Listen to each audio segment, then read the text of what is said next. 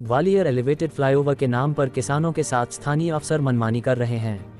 शहर के रमतापुरा और गौसपुरा मौजा के किसानों ने शनिवार को एक प्रेस कॉन्फ्रेंस में बताया कि 2 साल पहले नोटिफिकेशन के आधार पर उनकी जमीनों का एलिवेटेड फ्लाईओवर के लिए अधिकारियों ने अधिग्रहण के लिए प्रयास किया था, लेकिन किसानों की जमीनों पर लाल निशान 2 गुनी अथवा 4 गुनी जमीनों पर लगा दिए गए हैं, जबकि अधिग्रहण के लिए कागजातों में कुछ और जमीन दिखाई गई है, जबकि वास्तविक निशान कहीं और लगाए जा रहे हैं।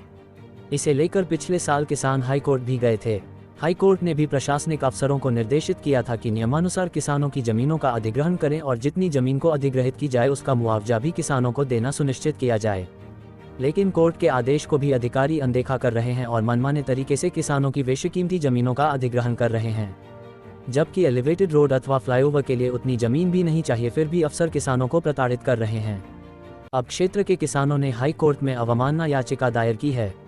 अधिकारियों के रवैये से परेशान रमतापुरा और गौसपुरा क्षेत्र के किसानों ने इस मामले में वरिष्ठ अधिकारियों को एक बार फिर चेताया है।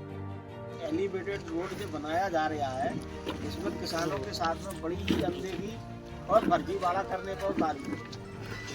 2022 में इन्होंने ये निर्माण कार्य शुरू ही किया था, तब ये निशान लगाने आए हमारी भूमि पर, और इनने निशान लगाते वक्त हमसे ये कहा तो 1985 में आपकी ज़मीन को अधिग्रहित किया जा चुका है और आपने मुआवजा ले लिया है, पर देने से इनकार कर दिया।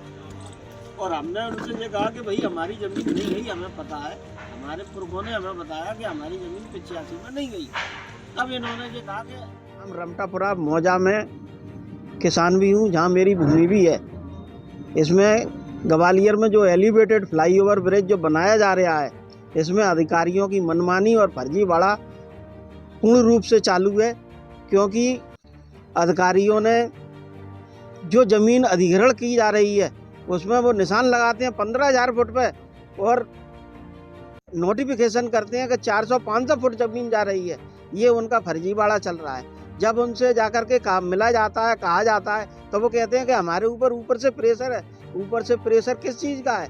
क्या नेता मंत्रियों ने उनसे क्या रखा है कि किसानों के साथ में फर्जीवाड़ा करो, उनकी ज़मीनें दबाओ, उनको मुआवजा ना दो?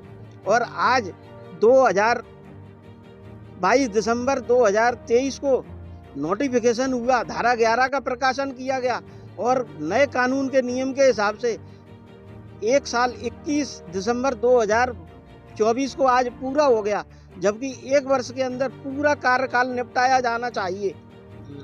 2013 का जो कानून है भू अर्जन का, उसके अनुसार 1 वर्ष के अंदर पूरी प्रक्रिया कलेक्टर साहब को निपटा लेनी चाहिए थी, जिसमें मुआवजा देना, किसान की पूरी सुनना, धारा 11 और 19 सभी का प्रकाशन करना। लेकिन उन्होंने कोई भी कार्रवाई नहीं की है, ना ही हमारे पास किसी प्रकार का कोई नोटिस आया है। और हमारी जो आपत्तियां लगाई गई हाई कोर्ट में, जो हमने अपने कंटेम्प्ट वो लगाए, पिटीशन लगाई, उसमें हाई कोर्ट ने ऑर्डर किया कि इनको जो है जितनी ज़मीन आप ले रहे हो वो नाप ली जाए और जितनी किसानों की ज़मीन बच रही है वो नाप के बताई जाए और अवार्ड पारित करके पैसा